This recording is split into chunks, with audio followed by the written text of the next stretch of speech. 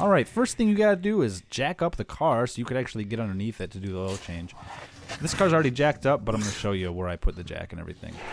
So I got the jack under there, and I put it under this motor transmission mount, whatever you want to call it, right in the center, so it jacks both rear wheels up. That's a good, safe, structurally sound thing right there. So jack the car up on that, and then put your jack stands under either side. This is where I chose to put them. There are other spots to put them. Under these control arm braces, brackets, whatever you want to call it. And you can see again right here, big solid chunk of metal to put them on. It's not going to deform anything. It's not going to bend anything under the car. So, and it's safe and sturdy. So here is the drain plug. It's on the passenger side. That's the transmission.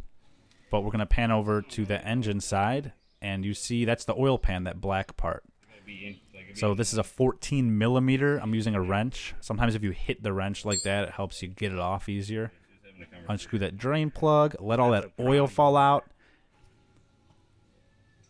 Could be hot, so be careful. Just let that boy pee out. All right. Also, what I did was jack up the front of the car to make kind of the rest of the oil come out of the oil pan. Also, make sure to check the seal, whether it's metal or rubber, on your drain plug, and make sure it's not destroyed before you put it on. Screw that boy back in, tighten it up, and just make it like snug. Like, you don't want to over tighten it, strip the threads out, but you don't want to have it fall out. So I'd say a good like 3 out of 5. Next, for the oil filter, go slightly more towards the front of the car. Right in the back of the oil pan. Should be fairly obvious. Might be a different color. This round can back here.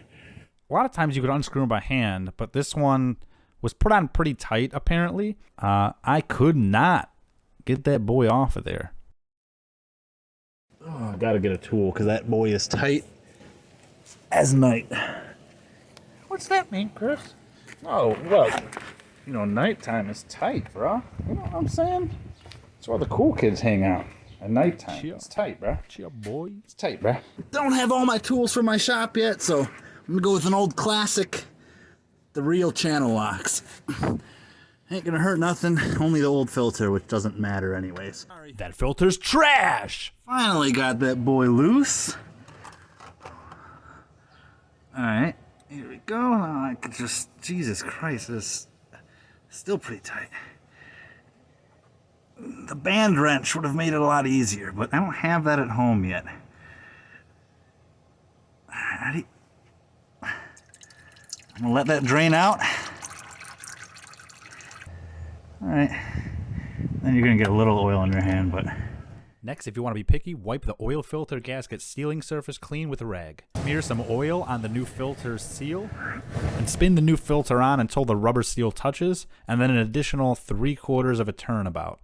Loose. It doesn't need to be ultra tight is the real thing, and it doesn't need to be ultra loose or else it'll fall off. Just wanted to see, you could see where the I'm putting the jack. It's on the center motor mount. This car's lowered, so I had to drive it up on these blocks first to even fit the jack under there because I have this old school, super ultra cool, hefty duty jack. It's really the best jack I ever used. Take your boys out.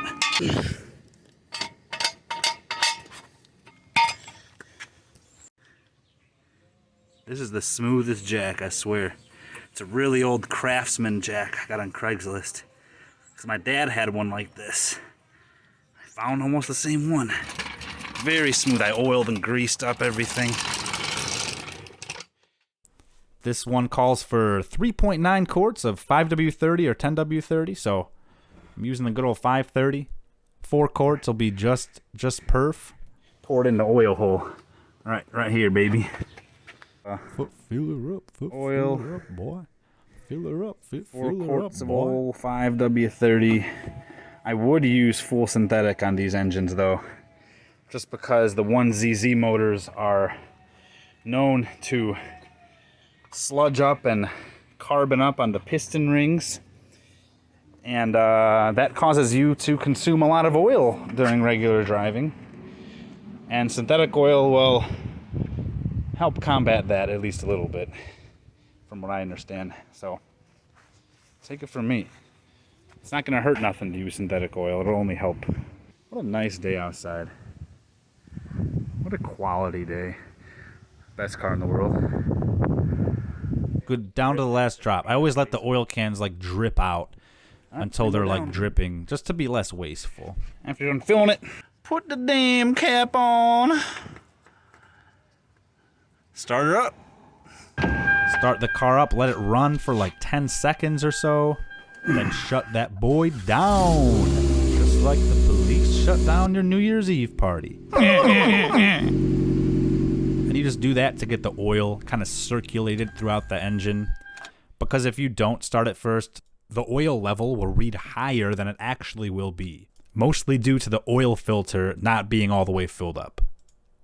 I like to pre-fill oil filters sometimes, just to make the engine have less time when there's no oil pressure. Pull the floop stick out. Floop stick, chip stick, chip dip. Wipe your oil. Pull the chip dip out. Wipe it off with a rag. Wipe it clean as a willy. Dip that boy back down into its hole. Push it solid in there. Push it all the way in there. That's what she said. Take that boy out. Now you check the oil level. So it should be inside that cross-hatched area with the X's on it. Anywhere in there is safe and fine. Usually when I just do the oil change, I try to make it all the way towards the F. And this one is right at the F, so it's fine. If it's slightly over, it's not a problem. Oil change complete. Don't forget to write down the mileage or put a sticker or whatever. This car doesn't have an oil reset light, so you remember when to change it next. I'd say to be on the safe side about every 5,000 miles. Some people like to do it even less. This owner does it every 3,000 miles. Shout out to Danielle. Be sure to check your oil like once a month until you at least know how much you have to add oil. Also, I always recommend rotating your tires every oil change just to make your tires last longer. They will stay quieter. They won't have any funny wear patterns on them. So on and so forth. I'll do another video on that if anyone wants. I think that is that for this video. So peace out, home skillets. Please like and subscribe if you liked this. It would mean a lot to me. And hopefully see you all next time.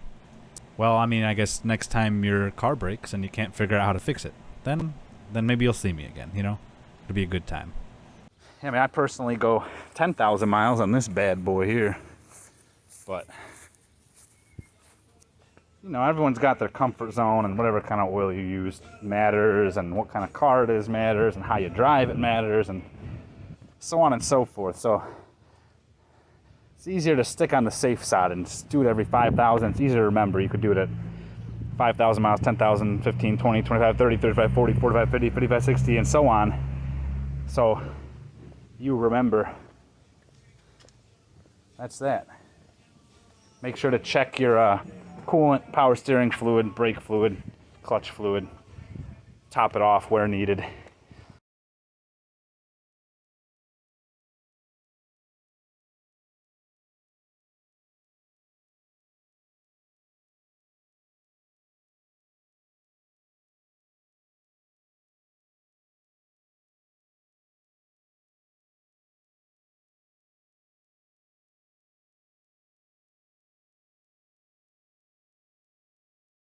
It calls for 4 quarts of 5W30 for all temperatures, and then 10W30 for warmer temperatures that pretty much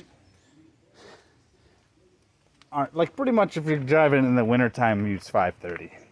And if you're not, feel free to use 1030 if you like. Although, unless you're doing some really hard driving or like race use or something, it won't prove much of a benefit. And I know technically they're both a 30 weight oil when hot, but if you look at the spec sheets, usually the 10W30,